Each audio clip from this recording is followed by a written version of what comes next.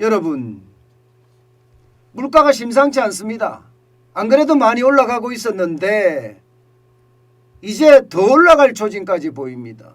더 올라갈 조짐까지. 그것도 하나만 오르는 것이 아니라 모조리 오른다는 게 모조리 오르고 있습니다. 모조리. 이렇게 되면 여러분 심각한 설 대목 물가 폭등 예상되는 대목입니다. 여러분 삼겹살만 한번 볼까요? 삼겹살이 작년 대비해서 말입니다. 28.4%나 올라갔습니다.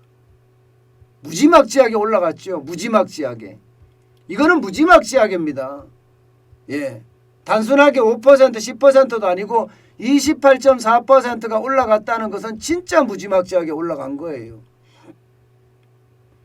그도 그럴 것이 삼겹살이 안 올라갈 수가 없습니다. 예. 돼지농장을 가보면 그냥 삼겹살 올라갈 수밖에 없구나 이 생각을 할 수밖에 없어요. 당장 사료값이 장난 아닙니다. 사료값이 폭등했어요. 폭등. 예.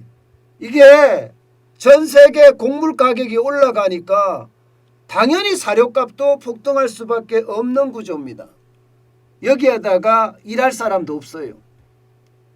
시골 돼지농장에서 옛날에 동남아나 혹은 다른 나라에서 일하러 와서 일한 사람들이 많았거든요. 지금요 코로나19의 위험 때문에 들어오지도 않을 뿐더러 있는 사람들도 나가고 있거든요.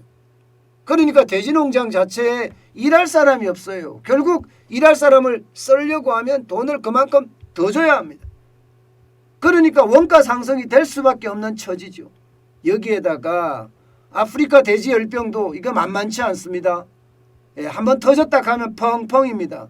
그러니 삼겹살 값이 이렇게까지 올라갈 수밖에 없는 거죠. 28.4%면 여러분 이것은 초인플레이션이 아니라 거대 인플레이션입니다. 거대 인플레이션. 문제는 여러분 삼겹살만 올라가는 게 아니에요. 아마 여러분들도 시장에 가보시면 잘 알겠지만 월급 빼고 다 올라간다 이렇게 이야기할 만큼 올라갑니다. 미국산 갈비 100g에 지금 2,928원 18.5%나 올랐습니다. 18.5%. 이게 환율까지 올랐잖아요. 그러니까 미국산 이게 갈비는 더 많이 올라갈 수밖에 없는 겁니다. 한우 등심 17.4%입니다. 100g에 14,019원까지 올라갔습니다. 많이 올라갔죠. 이건 장난 아닙니다. 게다가 계란 한 판 보세요. 다시 6,399원 14.4%가 올라갔습니다. 14.4%. 심지어 수입 삼겹살도 13.1%가 올라갔어요. 13.1%가. 100g당 1,359원입니다.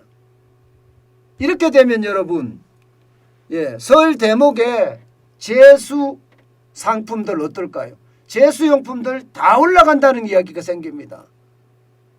결국 말입니다. 설 대목은요. 코로나19 때문에 난리, 물가가 너무 많이 올라서 난리. 이렇게 되면 소비도 그만큼 줄일 수밖에 없는 것 아니냐. 이런 생각을 할 수밖에 없습니다. 물가가 워낙 많이 오르니까. 물가가. 이게 말입니다. 물가가 많이 오르면 소고기도 5건 살 거 3건 산단 말입니다. 그만큼 적게 살 수밖에 없습니다. 벌이가 없잖아요. 소득이 줄었잖아요. 소득이 줄으니까 최악으로 가고 있다는 이야기가 됩니다. 그런데 이게 설 제수용품만 이렇게 오른 게 아닙니다. 외식 물가는 여러분 장난 아니에요. 이제 여러분들요 점심 먹으러 나가면요 10,000원이 이제 밥값이 돼버렸어요. 점심값이. 코로나19 이전만 하더라도 그래도 밥집의 밥은 6,000원짜리도 있었거든요. 좀 싸면 5,500원까지도 있었습니다. 그런데 지금은 6,000원이나 6,500원도 잘 없어요. 7,000원이 기본이 됐고요. 심지어 말입니다. 시내의 우동 가격은 10,000원까지 올라갑니다. 10,000원까지. 우동 한 가격에 10,000원까지 올라가면 여러분 점심값이 장난 아니라는 거잖아요. 실제로도 그렇습니다. 요즘 10,000원이 안 넘어가는 게 별로 없다 이야기할 정도입니다. 삼겹살을 먹는다 이러면 200g에 17,650원 난리도 아니죠. 삼계탕은요. 이게 한국소비자원의 참가격이 14,231원이지요. 주변에 가보면요. 15,000원은 그냥 흔하고요. 삼겹살 20,000원도 흔합니다. 냉면요. 이게 전국 가격으로 따져서 9,731원이지 서울에는요. 냉면 한 그릇에 11,000원은 우습고요. 13,000원 심지어 15,000원 16,000원까지 갑니다. 그 정도로 물가가 많이 올랐습니다. 10,000원 가지고 이제 점심 먹기가 힘들다 이렇게 이야기합니다. 비빔밥 가격이 10,000원은 우습죠. 돌솥 비빔밥 같은 경우는요. 12,000원은 우습게 갑니다. 예, 전국에 평균을 냈던 참가격은 9,154원이지만 말입니다. 심지어 칼국수 보세요. 칼국수도 7,615원이라고 하잖아요. 요즘 칼국수요. 예, 9,000원 가는 거는 예산일입니다.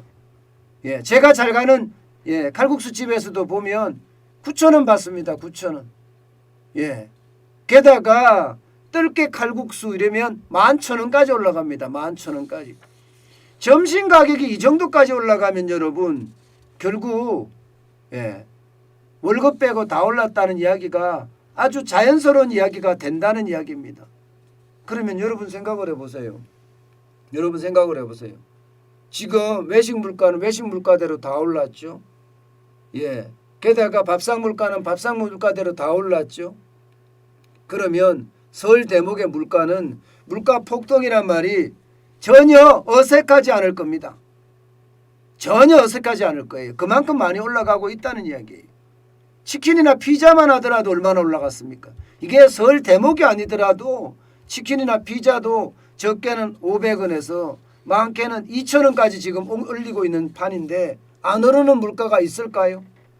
저는 정부의 물가 대책이 너무 늦게 지금 준비가 되고 있다는 것 이게 충격이라고 생각해요. 지금 여러분 정부가 물가 대책을 제대로 펴는 게 있나요? 공공요금 누르는 거 외에 뭐 물가를 어떻게 하고 있나요? 지금 말입니다. 기업들에게 공산품 가격 그만 올려라 이렇게 말할 수도 없어요. 워낙 외생 변수가 강하게 작용해서 최종 제품의 물가가 올라가기 때문이거든요. 외생 변수라고 하면 원자재가 올랐다는 거예요. 곡물 가격이 장난 아니게 올랐거든요. 예, 곡물 가격이. 여기에다가 금속이라고 이야기하는 광물값도 많이 올랐고요. 에너지 값도 많이 올랐습니다. 유가도 그렇고 천연가스도 그렇고 LPG도 그렇고. 저는 미리 정부가 수급 대책을 마련했어야 되는데 문재인 정부는요. 물가 올라가는 거 일시적이다 이렇게 생각을 하고 사실 물가 대책을 제대로 마련하지 못했어요. 그러다 보니까 지금과 같은 최악의 사태가 벌어진 것 아닌가 저는 그렇게 생각을 합니다.